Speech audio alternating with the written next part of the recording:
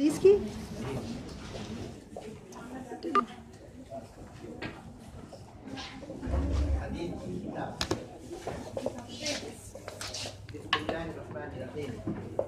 من آداب العطاس، سبق ہے من آداب العطاس، ٹھیک ہے؟ سب لوگ کھول چکے ہیں نا؟ عن ابی ہریرہ رضی اللہ عنہ عن النبی صلی اللہ علیہ وسلم قال اذا عطس احدكم فليقل الحمد لله وليقل له اخوه، پڑھ چکے ہو گزشتہ بار آپ مشاعرے میں تھے،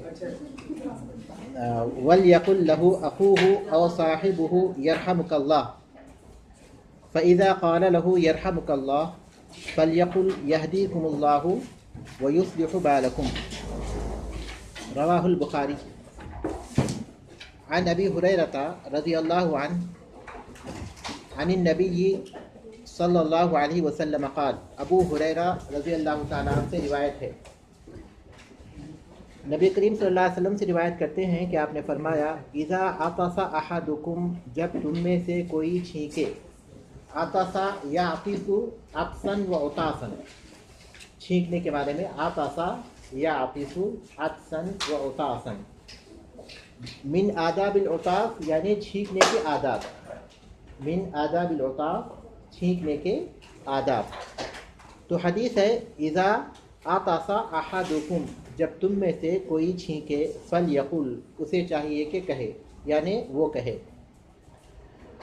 الحمدللہ، اللہ کے لیے تمام تعریفیں ہیں، ولیقل لہ اخوہ او صاحبہ، اور اسے جواب دے، یعنی اس کو کہے اس کا بھائی یا اس کا دوست، یا تو دینی بھائی یا دوست، سگا بھائی دینا بھائی سب اس میں مراد ہو جائیں گے اخوہ میں۔ یرحمک اللہ، اللہ تم پر رحمت نازل کرے۔ فاذا قال له یرحمک اللہ، پھر جب اس کا بھائی یا اس کا دوست اس کو یرحمک اللہ کہے، فلیقل، تو وہ کہے یہدیکم اللہ ویصلح بالکم، اللہ تعالیٰ تمہیں ہدایت دے اور تمہارا حال درست کر دے، یہدیکم اللہ ویصلح بالکم۔ ایک اور بار ترجمہ دیکھ لیجئے۔ ابو ہریرہ رضی اللہ تعالیٰ عنہ سے روایت ہے، نبی کریم صلی اللہ علیہ وسلم سے روایت کرتے ہیں کہ آپ نے فرمایا اذا عطس احدکم فلیقل، جب تم میں سے کوئی چھینکے تو وہ کہے الحمدللہ، ولیقل لہ اخوہ او صاحبہ، اور اس کا دوست یا اس کا بھائی یا دوست اس سے کہے یرحمک اللہ۔ فاذا قال له یرحمک اللہ، جب وہ اسے یرحمک اللہ کہے، فلیقل، تو وہ کہے یہدیکم اللہ ویصلح بالکم۔ شرح المفردات، الفاظ کی شرح، مفرد کی جمع ہے مفردات، الفاظ کی شرح۔ عطاسا اصابہ العطاس، عطاسا کے معنی ہے اسے چھینک آئے، اصابہ العطاس، اس کو چھینک آئے، اصابہ العطاس، اس کو چھینک آئے۔ والعطاس، اور چھینک کہتے ہیں اندفاع الہواء من الانف بعنف، ہوا کا نکلنا ناک سے سختی کے ساتھ، ہوا کا ناک سے سختی کے ساتھ نکلنا، اندفاع مانے نکلنا، الہوا ہوا، من الانف ناک سے، بعنف سختی کے ساتھ، لعارض کسی عارضی سبب سے، کسی سبب سے، کوئی سبب ہو سکتا، کوئی چیز انسان کے ناک میں چلے گئی، یا کوئی خوشبو، یا پھر کوئی ایسی چیز جس کی وجہ سے ہو جائے، کوئی نہ کوئی عارض مانے سبب۔ اندفاع الہواء من الانف، ہوا کا ناک سے نکلنا سختی کے ساتھ کسی سبب کی وجہ سے۔ وَيُسْمَعُ لَهُ صَوْتٌ، اور آواز، اس کی آواز سنی جاتی ہے، وَيُسْمَعُ لَهُ صَوْتٌ، اور اس کی آواز ہے جو سنی جاتی ہے۔ وَالْعُطَاسُ، اور چھینک کہتے ہیں اندفاع الہواء من الانف بعنف لعارض، کسی سبب کے تحت ناک سے سختی کے ساتھ ہوا کا نکلنا، وَيُسْمَعُ لَهُ صَوْتٌ، اور اس کی آواز سنائی جاتی ہے۔ فَلْيَقُلْ الْحَمْدُلِلَّہ، اس کے معنی کیا ہیں؟ فَلْيَقُلْ الْحَمْدُلِلَّہ، یعنی فَلْيَقُلِ الْعَاطِسُ، چھینکنے والا کہے، فَلْيَقُلِ الْعَاطِسُ، چھینکنے والا کہے الحمدللہ۔ وَذَلِكَ شُكْرًا لِلَّهِ عَلَى نِعْمَةِ الْعُطَاس، اور یہ اللہ کا شکر ادا کرتے ہوئے چھینک کی نعمت پر۔ وَذَلِكَ شُكْرًا لِلَّهِ، اور یہ اللہ کا شکر ادا کرتے ہوئے عَلَى نِعْمَةِ الْعُطَاس، چھینک کی نعمت پر۔ یہدیکم کے معنی کیا ہیں؟ یہدیکم اللہ ای یدلکم یعنی تمہاری رہنمائی کرے، ویوفقکم اور تمہیں توفیق دے، للوصول الی ما فیہ خیر خیر کی طرف پہنچنے کی، یعنی پہنچنے کے لیے ایسی چیز کی طرف جس میں خیر ہو۔ اس کا مفہوم یہ ہے کہ خیر کی طرف پہنچنے کی، اللہ تعالیٰ تمہاری رہنمائی کرے اور تمہیں توفیق دے خیر تک پہنچنے کی، خیر تک پہنچنے کی۔ یہ ہے یہدیکم اللہ کے معنی۔ بالکم کے معنی ہے حالکم و شانکم، تمہارا حال اور تمہاری حالت۔ شان اور حالت ایک ہی معنی میں ہے، تمہارا حال چال، ہم ایسا کہہ سکتے ہیں اردو میں حال چال۔ حالکم و شانکم تمہارا حال چال یعنی تمہاری حالت درست کر دے۔ تو یہ اس کے الفاظ معنی ہیں، ٹھیک ہے۔ تو اب ہم لوگ تھوڑی سی اس کی شرح کر لیں، اور سب سے پہلے ہم اس بنیادی جو حدیث اس باب میں دی گئی ہے اس پر ہم توجہ دیں گے۔ تو اس حدیث سے یہ بات معلوم ہوتی ہے کہ چھینک اللہ تعالیٰ کی ایک نعمت ہے، کیونکہ چھینک کی وجہ سے مسامات کھلتے ہیں، دماغ ہلکا محسوس ہوتا ہے، اور بدن میں جو ہے خفت ہوتی ہے، یعنی انسان بہتری محسوس کرتا ہے، تو اس کی وجہ سے انسان کو راحت پہنچتی ہے۔ تو یہ اللہ تبارک تعالیٰ کی ایک نعمت ہے، جیسا کہ حدیث میں بتایا گیا کہ چھینک جب آئے تو تم کو چاہیے کہ الحمدللہ کہو۔ تو اس میں اشارہ ہے کہ چھینک جو ہے انسان کے فائدے کے لیے ہے، لہٰذا اس پر اللہ کا شکر ادا کرنا چاہیے۔ لیکن جب جمائی آئے تو یہ شیطان کی طرف سے ہے، لہٰذا تم اسے روکنے کی کوشش کرو، اگر نہ رکے تو اپنا ہاتھ رکھ دو، لیکن جمائی کے بعد استغفر اللہ پڑھنا یہ کسی حدیث سے ثابت نہیں ہے۔ بتایا گیا کہ اس کو روکو، نہ رکے تو اپنا ہاتھ رکھو۔ تو اس کا مطلب یہ ہوا کہ چھینک جو ہے اللہ تبارک تعالیٰ کی ایک نعمت ہے، جس کی بنیاد پر ہمیں حکم دیا گیا کہ ہم الحمدللہ کہیں۔ الحمدللہ کے ساتھ ساتھ بعض دیگر احادیث میں دوسرے الفاظ بھی آئے ہیں۔ یہاں دو باتوں کو پیش نظر رکھیے، ایک ہے چھینکنے والا، اس کو کہتے ہیں عاطس، اور دوسرا ہے جواب دینے والا، اس کو کہتے ہیں مشمت۔ مشمت کا لفظی معنی ہے خیر کی دعا کرنے والا، چھینک کا جواب دینے والا۔ ایک عاطس ہے اور دوسرا مشمت ہے، الف لام میم شین تا، المشمت، عاطس اور مشمت۔ تو جو عاطس جو الفاظ کہے گا چھینکنے والا، المشمت، الف لام میم شین تا، المشمت، خیر کی دعا کرنے والا، یا تا ایسا دو میم نہیں آئیں گے، المشمت تشدید آئے گی، المشمت میں میم پر تشدید آئے گی۔ دو میم کا کوئی رول نہیں ہے عربی میں، اگر آئیں گے تو اس کو تا دو نقطے والی تا نہیں، میں باریک بول رہا ہوں، تا، ٹھیک ہے۔ تو عاطس جو ہے الحمدللہ کہے گا، جیسا کہ اس حدیث میں ہے۔ بعض دیگر روایات میں آیا ہے کہ وہ الحمدللہ رب العالمین کہے گا۔ عاطس جو کہے گا چھینکنے والے، اس کے بہت سے صیغے آئے ہیں حدیث میں، اس حدیث میں الحمدللہ ہے، بعض دیگر احادیث میں الحمدللہ رب العالمین بھی آیا ہے، اور بعض احادیث میں الحمدللہ علی کل حال بھی آیا ہے۔ یہ تینوں صیغے جائز ہیں، کوئی الحمدللہ کہے، کوئی الحمدللہ رب العالمین کہے، یا کوئی الحمدللہ علی کل حال کہے، اس میں کوئی حرج نہیں ہے۔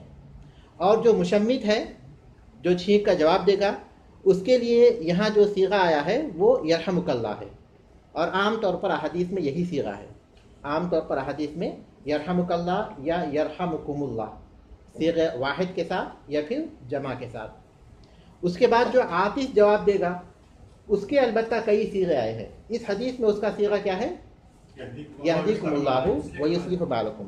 بعض احادیث میں آیا ہے یغفر اللہ لنا ولکم، یغفر اللہ لنا ولکم، اور بعض حدیث میں آیا ہے عافانا اللہ وإیاکم من النار یرحمکم اللہ، عافانا اللہ وإیاکم من النار یرحمکم اللہ، یہ بھی آیا ہے۔ انسان کسی ایک صیغوں کا استعمال کر لے وہ اس کے لیے کافی ہے، خاص طور پر جب لوگ اسی سے واقف ہیں، دوسری چیز سے واقف نہیں ہے، تو اس میں کوئی حرج نہیں ہے کہ انسان اسی صیغوں کو استعمال کر لے۔ تو یغفر اللہ لنا ولکم، یغفر اللہ لنا ولکم، اللہ بخش دے ہمیں اور آپ کو۔ تو چھینک اور اس کا جو جواب ہے، اس سے ہمیں یہ معلوم ہوتا ہے کہ جو آداب ہمیں بتائے گئے ہیں اس کا خیال رکھنے کی وجہ سے مسلمانوں کے آپس میں محبت میں، الفت میں، ایک دوسرے کے ساتھ تعلق میں اضافہ ہوتا ہے، ایک دوسرے کو دعا دیتے ہیں اور ایک دوسرے کی حالت کی فکر کرتے ہیں۔ تو اس طرح جو ہے چھینکنے والا بھی دعائیں دیتا ہے اور پھر جو سنتا ہے وہ لوگ بھی دعائیں دیتا ہے. تو گویا ایسا ادب سکھایا گیا جس سے لوگوں میں جو ہے الفت اور بھائی چارگی کی فضا پروان چڑھے. ٹھیک ہے.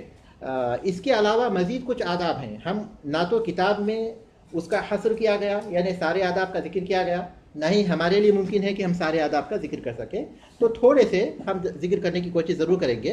تو اس میں سب سے پہلی بات تو یہ ہے کہ جواب میں الحمدللہ جب کہیں گے تو صرف اسی کو جواب دیں گے جو کہ یرحمک اللہ جواب میں اسی کو کہیں گے جو کہ الحمدللہ کہتا ہے.